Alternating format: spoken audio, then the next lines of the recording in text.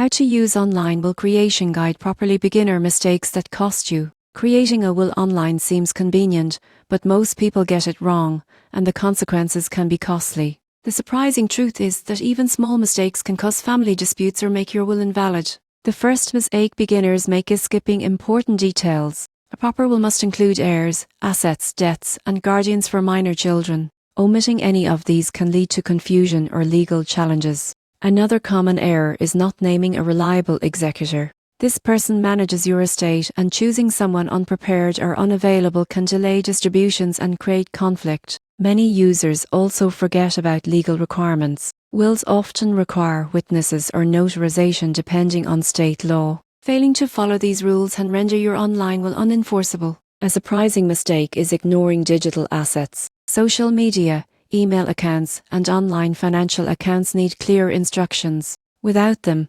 access may be impossible after your death. Finally, beginners often skip updating their will.